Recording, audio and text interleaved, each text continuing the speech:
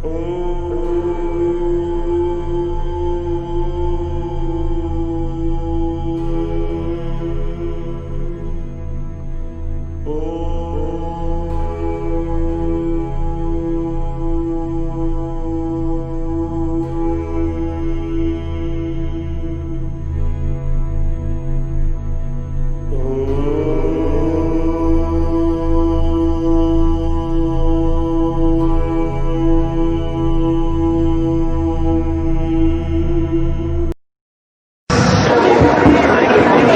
मुक्ति वाले और क्रम मुक्ति वाले योगियों का वर्णन किया था।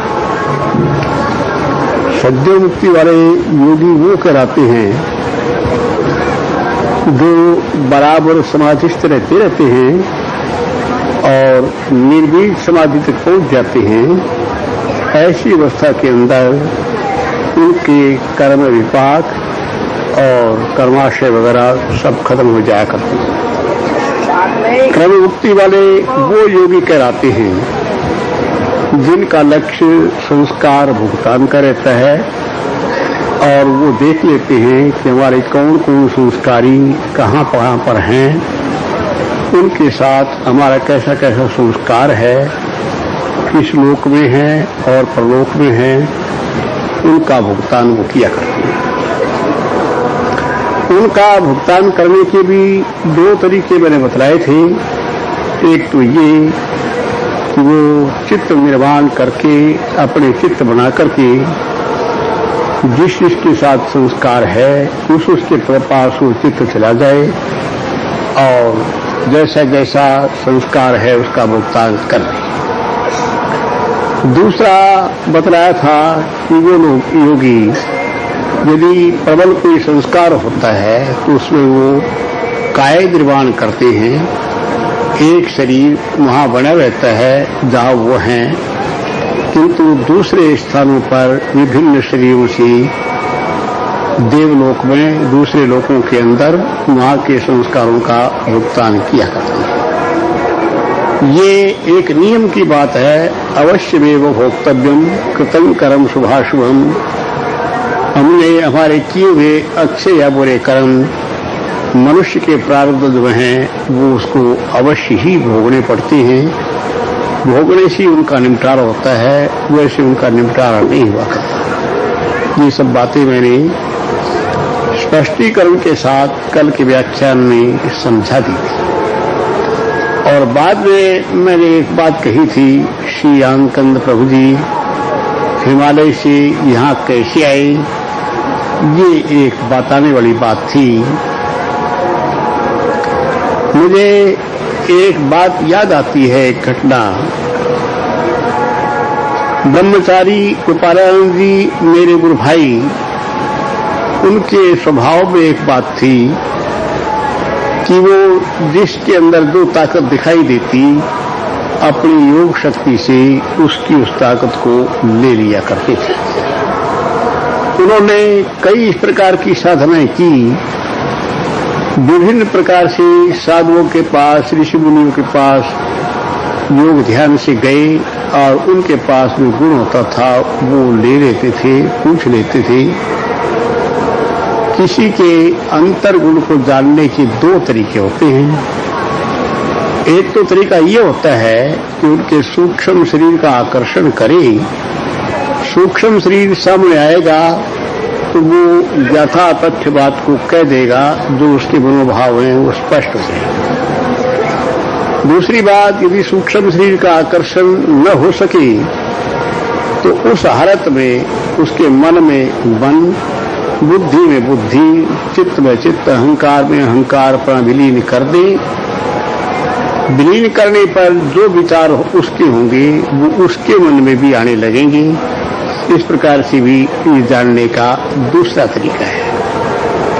हमारे मेरे भाई ब्रह्मचारी गोपालानंद जी के अंदर ये स्वभाव था, वो इस प्रकार से ऋषि मुनियों से कई प्रकार की ताकतें प्राप्त किया करते थे। मेरे सामने भी कई एक घटनाएं इस प्रकार की घटित हुई। उन्होंने किसी से कोई गुण लिया और वो क्या नाम, उनके शरीर के अंदर वो शक्ति प्रकट हुई। ये हमने स्वयं उनको देखा। एक बार की घटना मेरे सामने घटित हुई। उन्होंने बलाकर्षणी विद्या सिखों के गुरुदेव गुरु नानक देव से एक विद्या सीखी। वो विद्या थी बल के आकर्षण करने वाली। वो सीख ली। गुरु नानक देव ने उनसे कह दिया कि ये श्री प्रभु जी से उनको बतला कर तुम इसका अभ्यास करना, स्वयं नहीं करना। किंतु विद्या भूल न जाए, इसी उद्वेग में आकर के उन्होंने बिना श्री प्रभु जी के पूछे ही वो बलाकर्षक प्राणायाम किया, जिसके फलस्वरूप उनका शरीर काफी फूल गया, ताकत महसूस होने लगी, यहां तक कि शरीर फटने को हो गया। जब ऐसी स्थिति आई तो श्री प्रभु जी के चरणारविंद में जाकर के रोने लगे। प्रभु जी कहने लगे कि तुम्हें हुआ क्या है भाई, क्या हो गया है, क्यों रो रहा है? किंतु उन्होंने अपने मुख से कुछ बताया नहीं। बाद में श्री प्रभु जी स्वयं बोले, में हमारे सामने की बात है कि गोपालन मालूम पड़ता है ये तो एक बलाकर्षक प्राणायाम होता है, वो तुम्हें प्रकट हो गया, उससे तुम्हारे शरीर में बल बढ़ गया है। किंतु गोपालानंद जी ने संकोच के कारण फिर भी बात को स्पष्ट नहीं किया।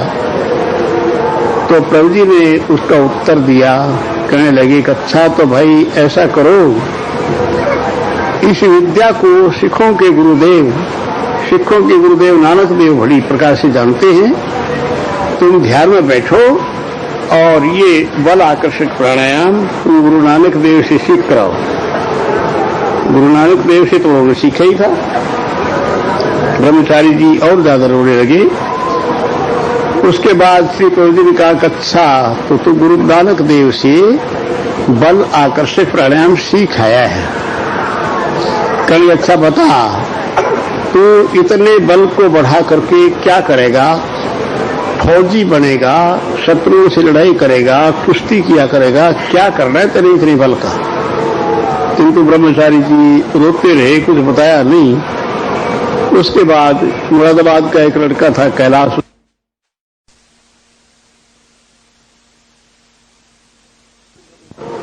किंतु ब्रह्मचारी जी रोते रहे, कुछ बताया नहीं।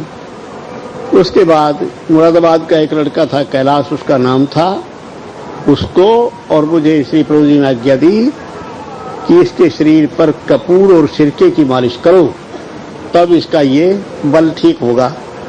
हमने कपूर और सिरके की मालिश की तो उसका फूला हुआ शरीर 2-3 दिन में ठीक हो पाया। कहने का मेरा अभिप्राय ये कि इस प्रकार से वो किसी विद्या को बड़े बड़े सिद्धों के द्वारा लिया करते। मैंने जिसलिए ये प्रकरण छेड़ा है कि वो एक मेरी आंखों देखी बात है, वो मैं तुम्हें बतला देना चाहता हूं। इसी केस में कि झाड़ियों में एक महात्मा रहते थे, उनका नाम था केशवानंद अवधूत। बड़े भारी तपस्वी आदमी थे। पौष बाग के महीने में जमुना जी के जल के अंदर खड़े रह करके, यहां तक के जल में वो खड़े रहते थे और खड़े रह करके वो तप किया करते थे, मंत्र जाप वगैरह करते रहते थे। तपस्वी थे बड़े भारी। मुझे बिल्कुल याद है, मैं और ब्रह्मचारी गोपालानंद जी दोनों शाम के समय गंगा पर भ्रमण करने के लिए गए। चंद्रशेखर महादेव के मंदिर के सामने गंगा किनारे पर झाड़ियों के पास जाकर के श्री गोपालानंद जी ने मुझसे कहा कि भाई तुम यहां बैठ जाओ, मैं देखता हूं इन झाड़ियों में कोई साधु भी है या सब रंगे गिद्दड़ हैं। ये ब्रह्मचारी जी के शब्द थे। मैंने कहा अच्छा भाई जी आप देख लीजिए। वो ध्यान में बैठे। ध्यान में बैठ करके उन्होंने केशवानंद धूत को देखा कि वो कोई मंत्र जपता है, कृष्ण मंत्र, जिसके जपने से भगवान कृष्ण में वो लय हुए जा रहे। गोपालानंद जी ने कहा कि भाई एक साधु है और वो एक मंत्र को जपता है, देखो उससे वो मंत्र हम ले लेते हैं। मैंने कहा ले लो, कैसे लोगे? तो उन्होंने केशवानवधूत के सूक्ष्म शरीर को खींचने की चेष्टा की, किंतु वो नहीं खींचे। फिर उन्होंने अपने आप को ये कोशिश की कि उनके मन में मन मिला दे, बुद्धि में बुद्धि मिला दे। मन और बुद्धि इस प्रकार मिल जाते हैं तो उसके मन के संस्कार उसके मन में आने लगते हैं। उस प्रकार भी किसी के मन की बात को जाना जा सकता है। दोनों प्रकार की चेष्टाओं में ब्रह्मचारी जी विफल हो गए, न उनको खींच सके न उनके मन के अंदर मन मिला सके। ये घटना घटित हुई। उस समय ध्यान से उठे और चले आए। मैं आगे जल्दी आ गया प्रभु जी के चरणों में। वो जरा बाजार में चले गए दूध दाद पीने के लिए। श्री प्रभु जी ने मुझसे पूछा, बेटा कहाँ हो आए? मैंने सारी बात बतला दी। इस प्रकार गए थे। उन्होंने एक साधु के आकर्षण करने की चेष्टा की थी, किंतु नहीं किए। तो कल अच्छा ठीक है, ये फिर दोबारा कल को फिर जाएगा उसके पास, देखो क्या बातचीत होती है। खैर गोपालानंद जी सुबह मुझसे कह रहे, भाई चंद्रमोहन गंगा स्नान करने चलोगे? मैंने कहा हाँ भाई जी चलेगी क्यों। तो सवेरे जब ये बात कही तो प्रभु जी कहेंगे, हाँ बेटा चले जाओ, तुम्हारे बड़े भाई हैं, साथ रखें के। गंगा किनारे गए। गंगा किनारे जाकर के श्री गोपालानंद जी मुझसे कहा कि देखो वो महात्मा खड़े हैं, तुम जाओ उनके पास पहले। मैंने उनसे कहा कि मैं उनके पास क्यों जाऊं, मैंने तो कुछ लेना है नहीं, आपने कुछ लेना हो तो आप चलो। कि नहीं भाई तुम जाओ, हम तुम्हारे बड़े भाई हैं, हमारा कहना नहीं मानोगे? मैंने कहा मान तो लूंगा, किंतु मुझे बतलाओ क्यों मैं जाऊं, जो मुझे कोई मतलब तो है नहीं। कहिए देखो रात हमने इनको खींचने की चेष्टा की थी, फिर इनके मन में मिलने की चेष्टा की थी, दोनों में विफल हो गया था। यदि मैं जाऊंगा तो संभव ये कोई उल्टी पुल्टी बात न कह दें, कोई वर्षा पड़ा से मेरा ना आ जाए, इसलिए तुम पहले बातों में लगा लेना, बाद में मैं आ जाऊंगा। मैंने कहा ठीक है, अब मैं चला जाता हूं। मैं गया, केशवानंद जी को मैंने प्रणाम किया, उन्होंने मुझे आशीर्वाद दिया। उस समय मुझसे वो कहने लगे, बेटा हमें तो एक बात का बड़ा आश्चर्य है। मैंने कहा वो क्या? कि श्री प्रभु जी की ओर इशारा करके कहा, ये लोग तो हिमालय को कभी छोड़ते ही नहीं, ये यहाँ कैसे बैठे हैं? ये लोग तो हिमालय को छोड़ते ही नहीं। ये शब्द केशवानवधूत ने मुझसे कहा। उसके बाद दो तीन बातें और भी कही। फिर बाद में गोपालानंद जी भी आ गए।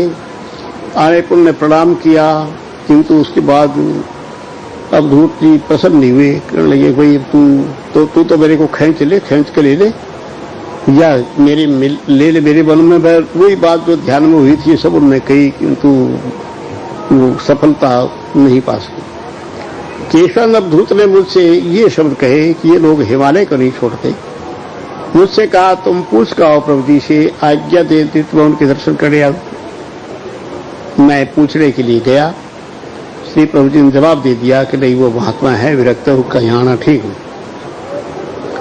मैं लौट करके वो बात कहने के लिए उनके पास गया तो केशवानंद जी हंस रहे थे कि बेटा जवाब दे दिया? मैंने कहा हाँ महाराज जवाब दे दिया। खैर उनकी जैसी कृपा, हम तो उनके दर्शन करना चाहते थे, किंतु उन्होंने मना कर दिया। तो फिर जाने दो, हम नहीं जाएंगे। अस्तु, मेरा कहने का अभिप्राय केवल मात्र एक है कि उन्होंने कहा कि ये लोग तो हिमालय को छोड़ते ही नहीं, ये आए तो यहाँ कैसे आए।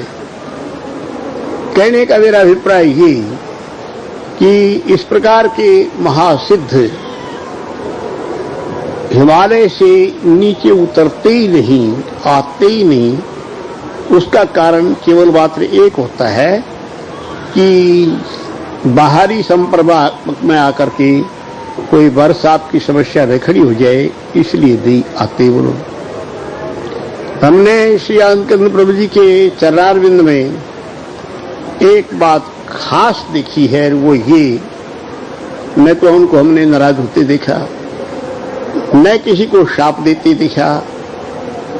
हाँ, कहीं पर आशीर्वाद देते देखा, और वो आशीर्वाद फल हो गए, सफल हुआ, उसी समय जो कह दिया वो हो गया। ऐसी बहुत सी बातें मेरे सामने हैं।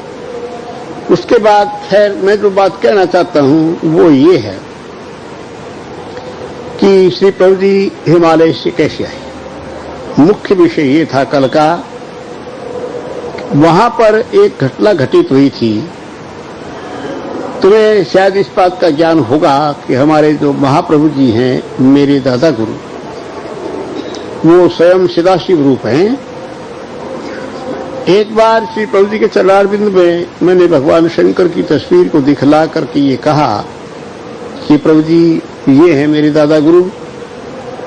तो प्रभु जी हंस पड़े, हंस के कहने लगे कि नहीं, ये नहीं, तुम्हारे दादा गुरु तो इनके भी दादा गुरु हैं, ये शब्द इसके भी बाप है। ये शब्द श्री प्रभु जी ने अपने मुख से उच्चारण किए और उसका कारण मैंने कल परसों तुम्हें सदगुरु तत्व की बात बतलाई थी, वो बतलाते हुए समझा दिया था कि नास्ति तत्वम गुरु परम, गुरु से बढ़कर के कोई तत्व नहीं है। महाप्रभु जी जो स्वयं सदाशिव रूप हैं, वो 6 महीने में एक बार समाधि से उठते हैं और हिमालय के अंदर हैं ही हैं। श्री प्रभु जी अपने मुखारविंद से एक बात बतलाया करते थे और वो ये कहा करते थे, जिस समय हम हिमालय में गए, श्री महाप्रभु जी के चरणों में पहुंचने का एक कारण बना था।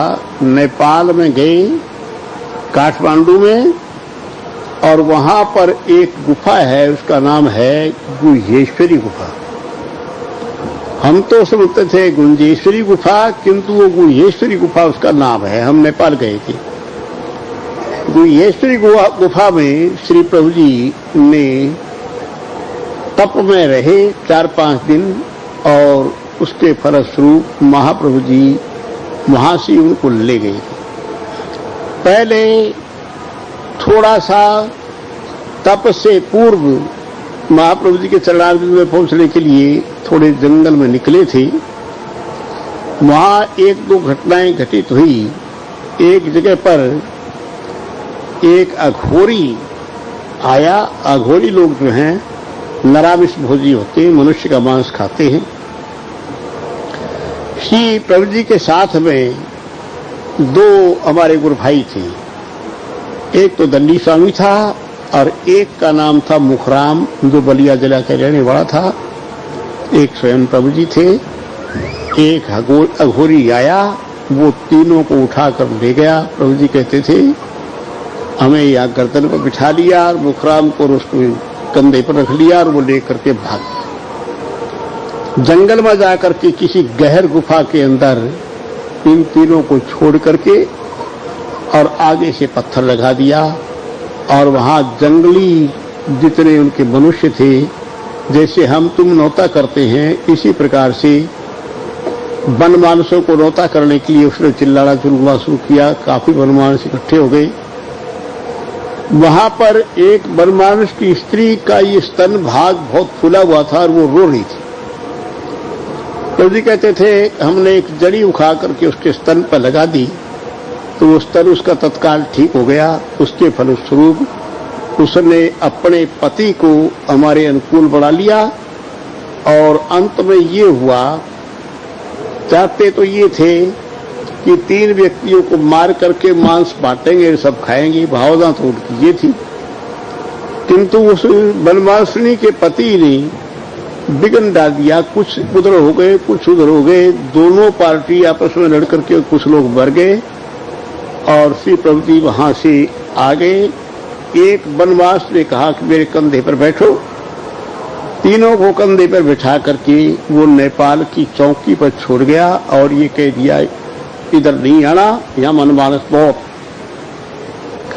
चौकी पहाड़ी पर गुह्येश्वरी गुफा के अंदर श्री प्रभु जी कई दिन तक भूखे प्यासे बैठे रहे। इसके फलस्वरूप नेपाल वाले हमारे दादा गुरु जी जो हैं, जो स्वयं सदाशिव हैं, वो स्वयं आकाश मार्ग से आए और श्री प्रभु जी को वहां ले गए। वहां ले जाने के बाद श्री प्रभु जी अपने मुखारविंद से बताया करते थे, बस हमें वहां छोड़ दिया और आप समाधि में बैठ गए। तो श्री प्रभु जी इधर उधर घूमते रहे एक बात महाप्रभु जी ने बताई कि ये एक जड़ी दिखाई, इस जड़ी का नाम आदमखोर जड़ी है, इसको तुम हाथ नहीं लगाना, इसको हाथ लगाओगे तो ये खा जाएगी पूरे आदमी को। तो श्री प्रभु जी कहते थे कि उसके पत्ते पर हमने एक मरा हुआ मेंढक रख दिया, वो पत्ता बंद हो गया, बंद होने के बाद थोड़ी देर के बाद खुला तो उस पत्ते के अंदर राख थी, मेंढक नहीं था। तो कहते थे कि हम आदमखोर जड़ी को देखते रहे और उससे बच बच करके चलते रहे। नेपाल के जंगलों में वो आदमखोर जड़ी होती है। तो ये एक घटना बतलाई। उसके बाद घूमते घूमते एक ऋषि की गुफा देखी, वहां गए। उसकी उम्र लगभग 500-700 वर्ष की थी। उससे जाकर कहा कि हमारे जो गुरुजी हैं वो तो समाधि में बैठ गए, अब हमारी कौन रक्षा देखभाल करेगा? तो उसने कहा करे, वो समाधि में बैठे हुए सारे संसार की रक्षा करते हैं, तुम्हारी एक की रक्षा नहीं कर सकेंगे। तो खैर वही बात हुई।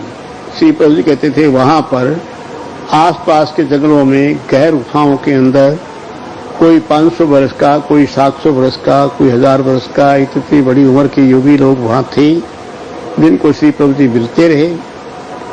उसके बाद 6 महीने के बाद महाप्रभु जी की समाधि खुलती है। 6 महीने बाद वो ध्यान समाधि से उठे। उससे पहले श्री प्रभु जी उनकी सेवाएं करते रहे कई प्रकार की। तो समाधि एक बार उनके समाधि में ये पट्ट फूल गए थे, तो श्री प्रभु जी ने एक जड़ी लगा दी ठीक होने के लिए। वो ठीक तो नहीं हुए, ये हुआ कि वो पट्ट फट गए, खून बहने लगा उनमें से। तो श्री प्रभु जी ने किसी ऋषि से पूछा जा करके कि हमने जड़ी लगाई थी ठीक होने के लिए, और महाप्रभु जी का समाधि से उठने का टाइम आ गया है, पैर इनके गले हुए हैं। तो वो योगी हंस पड़ा, कहने लगे तुम उनके पैरों का इलाज करोगे? तुम जाओ निश्चिंत, वो उठेंगे अपने आप ठीक हो जाएगी। तो प्रभु जी कहते थे कि जिसमें महाप्रभु जी समाधि से उठे तो उनके पट्ट बिल्कुल ठीक हो गए थे। उसके बीच में उनके बैठने के लिए एक सिंहासन प्रभु जी ने तैयार किया था। तो महाप्रभु जी समाधि से उठे, उठ के कहने लगे देखो ये हमारे ब्रह्मचारी ने हमारा कितना अच्छा इलाज किया है, हमारे पट्ट ठीक हो गए और ये सिंहासन हमारे लिए तैयार किया। ये कहकर हंसने लग गए। वहां पर ऋषियों का समुदाय इकट्ठा होता है। जिस समय महाप्रभु जी समाधि से उठते हैं तो उस जंगल के ऋषि मुनि वहां इकट्ठे हो जाते हैं और इकट्ठे होकर के अपने अपने जटाओं के बाल उखेड़ करके उनमें फूल लगा करके वही उनकी सेवा में अर्पित करते हैं। कंदमूल अर्पित करते हैं क्योंकि महाप्रभु जी कंदमूल वगैरह कुछ खाते नहीं। एक शास्त्रीय नियम है वो ये, गुरुस्तु मौनम व्याख्यानम शिष्यास्तु छिन्न संशया। गुरुदेव के छुपा छुपी के व्याख्यान चलते हैं और शिष्यों के संशय नाश हो जाया करते हैं। यही हिमालय के सिद्धों का कार्यक्रम रहता है। वो बोलते बुलाते कुछ नहीं है, किंतु उनकी शंका निवृत्ति कुदरती इस प्रकार से होती रहती है। किंतु फिर भी कोई कोई बोलने वाले बोल पड़ते हैं। महाप्रभु जी समाधि से उठे, कितने ही ऋषि वहां पर आए थे। एक ऋषि और आया था जिसकी उम्र 500 वर्ष की थी लगभग। उसने आकर के महाप्रभु जी के चरणों में एक सवाल किया और सवाल ये था कि संस्कार काट देने अच्छे हैं या भुगतान करना अच्छा है। महाप्रभु जी ने श्री प्रभु जी की ओर इशारा कर दिया कि ये जवाब देगा। वो चिढ़ गया। उसकी उम्र 500 वर्ष की थी। श्री प्रभु जी की उम्र जो थी अधिक से 18-20 वर्ष की होगी, ज्यादा उम्र नहीं थी। तो चिढ़ करके कहने लगा कि ये मेरी शंका की निवृत्ति ये करेगा? महाप्रभु जी ने कहा यही करेगा। तो प्रभु जी के लिए तो महाप्रभु जी ने आज्ञा दी। उसने कहा कि ये 84 लाख योनि भोगने लायक हमारी शंका की निवृत्ति करेगा। तो महाप्रभु जी ने उत्तर दिया, खैर इसकी 84 लाख तो हम देखेंगे, अपने आप तो ये तैयार हुआ नहीं, हमारी आज्ञा से हुआ। श्री प्रभु जी कहते थे कि 1 घंटे के अंदर अनेक योनियों में से यूं निकलते हुए दिखा दिया। उसके बाद उसको साफ था कि स्त्री 84 तो हम देखेंगे, किंतु तू अभी नीचे उतर जा। तो वो महाप्रभु जी के हिसाब से एकदम गल गया, सब अंगुलियां ऊपर रह गई, बर्फ में गल के खत्म हो गया। तो ऋषियों ने प्रश्न किया कि इसके भुगतान तो आपने कर दिए और इसका क्या होगा? तो महाप्रभु जी ने कहा कि इसको नीचे उतरने का शाप था, उतर गया, अब ये जी उठे, उसी तरह से वो जी उठा। हमने श्री प्रभु जी से सवाल किया उसके लिए ऐसा क्यों हुआ, उसके अंदर इतना। प्रभु जी कहने वो क्रोधी था। हम लोगों ने पूछा प्रभु जी क्रोधी था तो क्रोध पर कंट्रोल नहीं उसके हो पाया। तो श्री प्रभु जी बड़े मुखारबिंद से कहा करते थे कि उसने गुरु के थपेड़े नहीं खाए थे, अहंकारी था, इसलिए उसको दंड मिल गया, नीचे उतरा और उतरने के बाद महाप्रभु जी ने उसको पुनर्जीवित कर दिया। ये घटना नेपाल में घटी। घटने के बाद श्री प्रभु जी वहां समाधिस्थ रहते रहे, किंतु कुछ समय बाद महाप्रभु जी ने आज्ञा दी कि तुम पृथ्वी पर जाओ, तुम्हारे जो संस्कारी हैं उनमें से बहुत से इस प्रकार के हैं जो हमारी शरण में आएंगे और वो पूर्ण योग को प्राप्त होंगे। उन संस्कारियों को ग्रहण करने के लिए तुम संस्कारों का भुगतान करो। श्री प्रभु जी महाप्रभु जी की आज्ञा मान करके वहां से नेपाल धाम से आए। देखने और कहने सुनने के अंदर तो उसी शरीर से उतर के आ गए, किंतु हमारे पास जो रिकॉर्ड मिला है उस समय उसी एक शरीर से वहां से आने के बाद समाई गांव में थे, एक शरीर से उसी समय अवागढ़ में थे, एक शरीर से गढ़मुक्तेश्वर में थे और वही टाइम मिलता है कलकत्ते में थे, वही टाइम मिलता है रामाबाई के उसमें। कलकत्ते में हमारा एक लड़का है, उसका नाम शिवशंकर है, शंकर है, वो आशुतोष चटर्जी जज साहब थे, उनके कुटुंब से है। उसके द्वारा हमने ये सब घटनाएं देखी। प्रायः बंगाल में रहने का समय, कलकत्ते के में रहने का समय, समाई में रहने का समय और सोरो रहने का समय, अवागढ़ रहने का समय, ये और अमृतसर रहने का समय, ये सब एक ही टाइम मिलती है सारी। तो इसका मतलब, इसका अर्थ ये है कि श्री प्रभु जी नेपाल धाम से काया निर्माण के साथ आए और काया निर्माण करके ही संस्कार चक्र का भुगतान किया जिस प्रकार से जो कुछ करना था। और उसके बाद अमृतसर में श्री प्रभु जी ने अपना जो शरीर छोड़ दिया। रकम ज्यादा बढ़ गया है, किंतु थोड़ा सा कहकर मैं अब समाप्त कर देता हूं। तुम लोगों ने सबने भोजन भी करना है। अमृतसर के अंदर श्री प्रभु जी ने सबसे, जिस समय प्रभु जी का विचार था ये शरीर छोड़ने का, उससे पहले एक पत्र मेरे पास गया था, उसमें लिखा था कि इस पत्र के देखते ही फौरन चले जाओ, नहीं तो पछताओगे। और पत्र की पीठ पर लिखा था कि ये पत्र जहां भी चंद्रमोहन हो उसको वहीं पहुंचा दें। एक शब्द और लिखे हुए हो, क्या कहूँ कि उनकी बड़ी मेहरबानी होगी। मुझे बड़ा संकोच लगा। मैं अपनी जन्मभूमि में था, पत्र मुझे ही मिला। वो पत्र के मिलते ही मैं अमृतसर चला गया था। मैंने जाकर प्रणाम किया। बड़े दुनीचंद नागपाल की कोठी में ठहरी हुई थी। तो वो नंदलाल सामने बगीचे में ध्यान में बैठा। ध्यान में बैठने पर थोड़ी देर में ध्यान से उठा और ध्यान से उठ करके उसने कहा कि नारद मुनि ने एक बात कही आज मेरे से।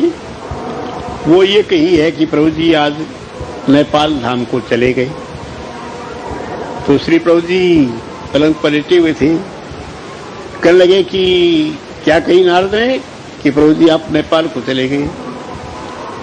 तो प्रभु जी हंस पड़े। हंस के कहने लगे अच्छा ये बतलाओ, नारद की बात को सच मान करके किसी ने सुख पाया आज तक, या नारद ने दो जहां कहा उल्टा पुल्टा कहा, लड़ाई झगड़े कराए।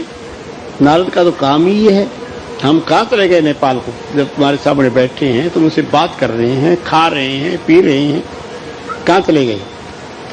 वो कह लिया कि प्रभु जी नारद जी ने कहा नारद जी ने कहा तो सही, पर तुम ये बतलाओ तो सो, नारद जी ने कहा किंतु हम गए तो कहीं नहीं। तो कहने लगा कि एक बात और कह गए नारद जी। कहने क्या? कि इस शरीर के अंदर महाप्रभु श्री प्रभु जी अपना प्राण कोष रख गए हैं, दूसरे शरीर से दिव्य शरीर से चले गए हैं, और वो प्राण कोष उन्होंने 20 दिन के लिए इसमें छोड़ दिया है। 20 दिन के बाद इस शरीर को भी छोड़ देंगे। तो प्रभु जी हंस पड़ गया, रे चल नारद की बात को मान कर धोखे में पड़ता है, हम बीमार हैं, कोई तकलीफ है, क्यों छोड़ देंगे? ऐसी बातें करते रहे, किंतु बात बिल्कुल यथार्थ हुई, इसमें कोई शंका की बात नहीं। 20 दिन के बाद ही प्रभु जी ने अपने उस शरीर का त्याग कर दिया, जैसा कि उनने कहा था। जिस दिन शरीर त्याग किया मैं वहीं पर था, मुझे प्रभु जी ने पत्र लिख दिया था और मैं आ गया था। शरीर त्याग करने के बाद हम लोग प्रभु जी के स्वरूप शरीर को संभाले बैठे थे, लोग बात कीर्तन करते थे। एक आदमी था जिसका नाम जगन्नाथ था, श्री प्रभु जी का सजाती बंधु था। वो गुरु के बटाले में किसी काम के लिए गया था।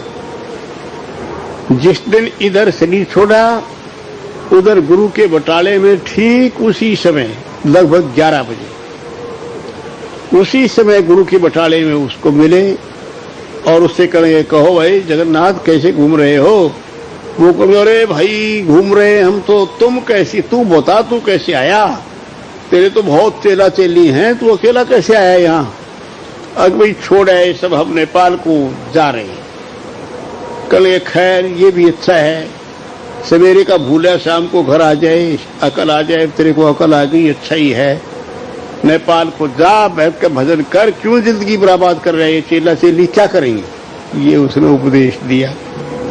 और उसके बाद कहने लगा कि भाई देख, तेरे को तो हम 20 साल पढ़ा सकते हैं, तेरे से 4 विद्वान हैं हम, तो हम चाहते तो तुम्हारे की तरह करना चाहते तो हजारों चेला चेली अब तक बढ़ाकर फेंक देते। देखो हमने एक भी नहीं बनाया, और ये तेरी गलती, तेरी मूर्खता, तेरी इतने चेला चेली बढ़ाकर रखती है। खैर अब अकल आ गई, सवेरे का भूला शाम को घर आ जाए वो भी ठीक ही है, कोई बात नहीं, छोड़ा, ठीक किया, बहुत अच्छा किया। प्रभु जी से बात होती रही, दोनों ने मिलकर के भोजन बनाया, भोजन खाया। वहां पर खाने पीने के बाद वो जगन्नाथ कहने लगा, अच्छा भाई तुम नेपाल को जाओ और मैं अमृतसर जाऊंगा। तो प्रभु जी कहते, भाई जगन्नाथ एक काम कर देना छोटा सा। क्या? हमारे बच्चे हमारे आ जाने पर बड़े दुखी होंगे वहां, उनसे कह आना कि फिर मिलेंगे। वो जगन्नाथ चिढ़ गया, चिढ़ के कह गया, फिर क्या मिलेगा? अभी चल, 8 आने के पैसे लगते किराए के मैं दे दूंगा, चल अभी चल, छोड़ कर जा ही क्यों रहा है? फिर क्या मिलकर करेगा? अभी मिल ले, फिर क्या बाद में आता फिरेगा, अभी चल। प्रभु जी कहने गए, रे भाई मिलने मिलाने की बात तो फिर देखी बढ़ती जाएगी, तुम कह देना। कहेगा खैर हम तो कह देंगे, हमारा क्या है, 10 कदम इधर न गए इधर से चले जाएंगे। वो आया अमृतसर में संदेश देने के लिए, तो श्री मुलकराज जी महाराज बाहर खड़े थे, उनसे कहा, भाई तुम्हारा लड़के, ओ काके, मुलकराज जी कहेंगे, ओ काके, तुम्हारा गुरु प्रभु जी का नाम लेकर वहां हमें मिला था भाई, हमने उसने रोटी बनाई खाई आपस में, अब वो कहता था भाई मैं नेपाल को जा रहा हूँ और हमारे चेलों से क्या आना दुख न माने, तो मैं तो संदेश देने के लिए आया हूँ भाई, वो तो नेपाल को गया, चिंता मत करियो। उसने कहा था इसलिए मैं कहने आ गया। मुलकराज जी कहेंगे, पंडित जी जरा भीतर आइयो। भीतर मैं क्या करूंगा, मैंने तो बात करनी थी और क्या, बस इतनी संदेश देना था कि नहीं, जरा अंदर आ जा। उसको अंदर ले गए। प्रभु जी के शरीर को हम संभाले बैठे थे, कीर्तन वहां हो रहा था। पंडित जी देख लेंगे कौन है? कहीं क्यों, क्या बात हुई, कौन है, किसकी कोठी है ये? तो दुलीचंद नागपाल की कोठी थी। देखकर वो कपड़ा उठा के देखा, कहेंगे प्रभु जी का नाम लेकर, हैं ये क्या बात, राम राम राम राम। अरे भाई ये कैसे, ये तो मेरे को मिला भाई घंटा भर पहले, मेरे पास तो 2 घंटे बैठा रहा है, रोटी खाई बनाई खाई, कौन है? शक्ल तो वैसी दिखती है, कौन की पहचान करो। तो मुल्क साहब जी ने कहने लगा वही हैं। तो वो ब्राह्मण कहने लगा कि भाई आज मुझे ज्ञान हुआ, हम तो इसको साधारण ही समझते थे, अपना कुटुंब का ही समझते थे, ये तो योगी राज है भाई, जरूर योगी राज है। 2 घंटे मुझे बिना मेरे साथ बात करी, रोटी खाया पिया सब कुछ किया। उधर ये घटना घटित हुई। उधर हमारे गुरु भाई थे नारायण दास, वो खेचरी का अभ्यास करते थे। दोपहरी के समय वो 11 बजे के करीब वहां पर जब शरीर छोड़ गया, ठीक उसी समय उसको जाग कहते हैं, नारायण दास तेरी खेचरी अधूरी है, ला हम खेचरी करा दें। कहेंगे प्रभु जी करा दो। खेचरी करा देने के बाद कह लगे प्रभु जी आप दोपहरी में आए, अकेले कैसे आए?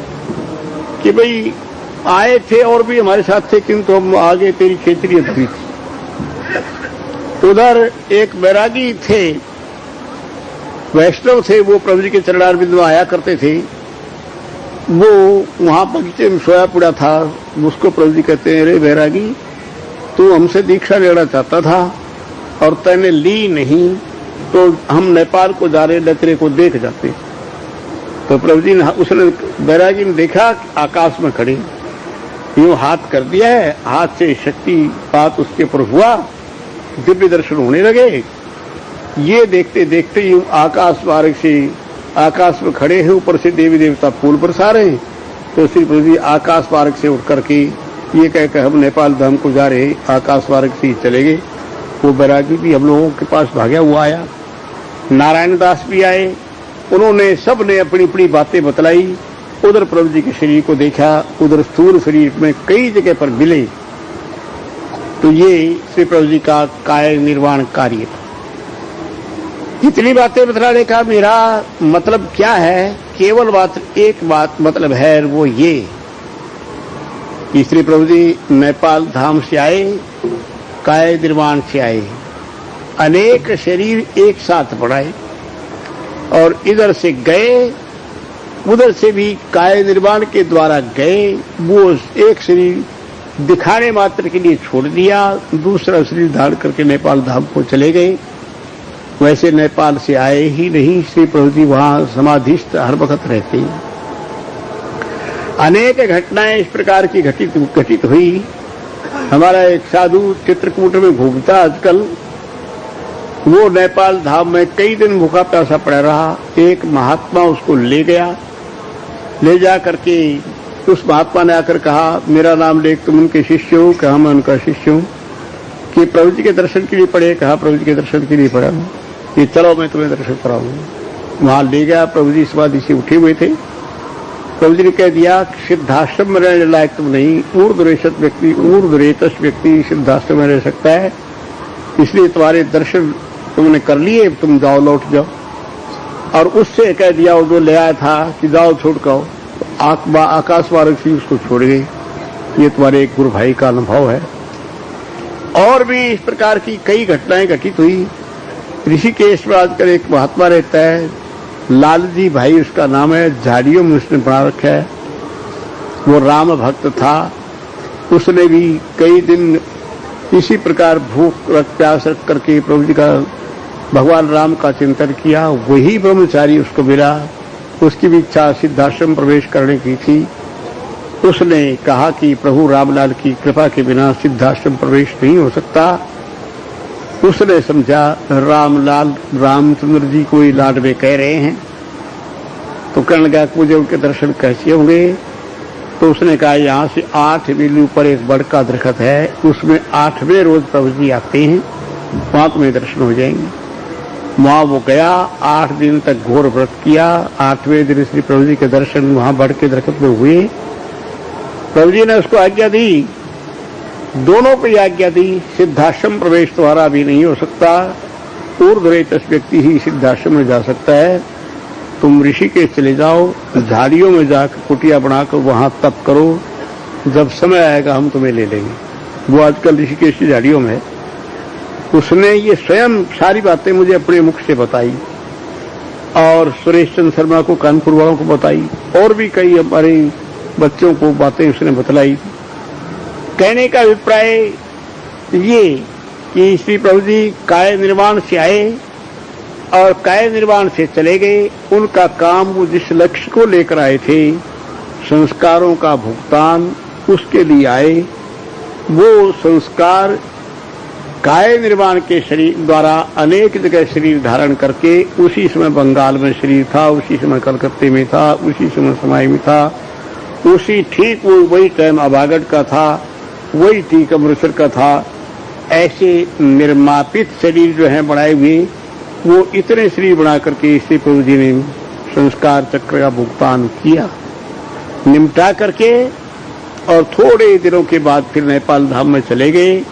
आजकल श्री प्रभु जी नेपाल धाम में विराजमान हैं, वहां समाधिस्थ रहते हैं। कोई तीव्रतम जिज्ञासु होगा उसको दर्शन हो सकते हैं, और सब प्रकार की कृपाएं अपने बच्चों पर करते रहते हैं। श्री आनंद प्रभु जी के स्वरूप को तुम सामने देख रहे हो। उनके चरणों का चिंतन करके जो अभ्यास करेगा, उन पर कृपा की धारा अवश्य बरसेगी और उनका उत्थान होता चला जाएगा। श्री प्रभु जी के अनन्य चिंतन करने वालों का कोई बाल बांका नहीं कर सकता, बिगड़ सकता ही नहीं कुछ भी। वो सदा विजयी विजयी रहेंगे, इसमें कोई शंका की बात नहीं। तो इसलिए मैंने कल जो विषय छोड़ दिया था, नेपाल धाम से श्री प्रभु जी क्यों आए, एक बात मैंने तुम्हें बता दी कि वो काय निर्वाण के द्वारा आए, और आजकल नेपाल में प्रभु जी हैं ही हैं। मैंने पहले भी तुम्हें एक बार बतलाया था, आज से लगभग 40 वर्ष पहले हम काठमांडू गए थे। कलकत्ते के 40 आदमी मेरे साथ थे। गौशाला में ठहरा था, वहां पर एक साधु मेरे पास आया, कहने लगा प्रसाद दो मेरे को। मैंने एक मिठाई का पुड़ा उसको दे दिया, कहने लगा ये नहीं, असली प्रसाद जो आप दिया करते हैं। मैंने कहा मैं कौन सा प्रसाद दिया करता हूं कि आप नहीं जानते? तो मैंने कहा तुम्हें यहाँ किसने भेजा है? कहने लगे जिसकी आप पूजा करते हो उसने। मैंने कहा अच्छा मैं किन की पूजा करता हूँ? कहने लगे आप नहीं जानते? मैंने कहा मैं तो जानता हूँ, तुम बताओगे तब दूंगा प्रसाद। कहने लगे योगेश्वर प्रभु रामलाल की पूजा करते हो और उन्होंने मुझे भेजा है। मैंने उससे पूछा कि प्रभु जी तुम्हें कहाँ मिले? उसने मुझे कहा कि योगबनी में मुझे कल मिले थे, 8 महात्मा उनके साथ और थे। मैंने उनके पैर छूने की चेष्टा की, किंतु उन्होंने मुझे पैर नहीं छूने दिया और ये कह दिया तुम काठमांडू चले जाओ, वहां हमारा बच्चा एक आया है, ये चंद्रमोहन का नाम है, उससे तुम प्रसाद लेना जाकर के, उससे तुम्हारा भला होगा।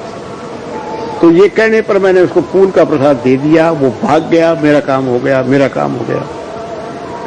प्रभु जी ने उसको क्यों नहीं प्रसाद दिया? इसलिए नहीं दिया, उनके अखंड तेज को बर्दाश्त करने की ताकत थोड़ी थी उसमें। भाई सूर्य के तेज को संभालना कठिन है, दिए के प्रकाश में तो आदमी रह भी जाए, आंखें उखे बंद कर ले, इसलिए मेरे द्वारा दिला दिया। मेरा ये घटना सुनाने का मतलब केवल मात्र ये है, उस समय तो श्री प्रभु जी को देह त्याग करे हुए भी बहुत थोड़े से दिन हुए थे, 10-15 वर्ष मुश्किल से हुए थे। मेरा ख्याल है नेपाल जब गया था वो ऐसा ही होगा सन 48 में या उससे भी 46 में लगभग ऐसा ही गया था। उसमें प्रभु जी कुछ नहीं छोड़े भी, वो देह त्याग की हुई 7-8 वर्ष हुए थे, किंतु उसको नेपाल में मिले, आज्ञा दी कि जाओ तुम प्रसाद लेना। वो प्रसाद लेने के लिए आया। घटना क्यों सुनाई? इसलिए नहीं सुनाई कि मैं अपनी बड़ाई के लिए सुना रहा हूं, इसलिए सुनाए कि हमारे श्री प्रभु जी अजर अमर हैं, मरण धर्मा जीवों जैसे जीव नहीं है, वो स्वयं परम तत्व हैं, जिनके लिए नास्ति तत्वम गुरु परम। यदि श्री प्रभु जी के शरणागत का तो ही मन से चिंतन करेगा। यहाँ पर मेरे ऐसे बच्चे बैठे हैं जिनके अनुभव में ऐसी कई बातें आई, मैं उनके मुख से भी कहला दूंगा। तो इसलिए अनन्य चिंतन के साथ प्रभु जी के चरणारविंद का चिंतन करते हुए अपने योग ध्यान को बढ़ाओ। उनकी कृपा से सबके अंदर शक्ति का प्रकाश होता रहेगा और वो बढ़ते चले जाएंगे। ये तो बातें मैंने बतला दी। फिर मैं आज थोड़ी सी बातें वो प्रातः काल वाली कहता हूं। देखो, मेरे बच्चों की भीड़ काफी आ गई है और कल और आएगी। परसों शाम तक आना, दोपहर तक आना ही आना बना रहेगा। जितना हमारे पास प्रबंध भी नहीं है सबके ठहराने का, किंतु तुम अपने स्थान में आए हो। यहां दरबार में सो जाना, झोपड़ियों में सो जाना, उसके नीचे सो जाना, यद्यपि ये ठीक है, अपने घरों बड़े आराम से रहते होगे, किंतु ये तुम्हारा धाम है जिसके लिए तुम आए हो। भाई जितनी व्यवस्था हम ज्यादा से ज्यादा कर सकते थे हमने की, किंतु अब फिर उमंग है, उमंग के अंदर हमारे बच्चे चारों तरफ की आ रहे हैं। कोई बात नहीं, पर जमीन में लेटे रहना, तख्तों के नीचे लेट जाना, इस तख्त के नीचे लेट जाना, इसमें लेट जाना, नीचे लेट जाना, अपना कर लेना ये था जैसे हो सके। और क्या, यूं ही पड़े रहना, तुम लोग भी पड़ी रहना ऐसी। दूसरी बात यह है कि जैसे कि मैंने सवेरे सूचना दी थी, भाई अपने अपने कैंपों में, अपनी अपनी झुप्पियों में पूरी सावधानी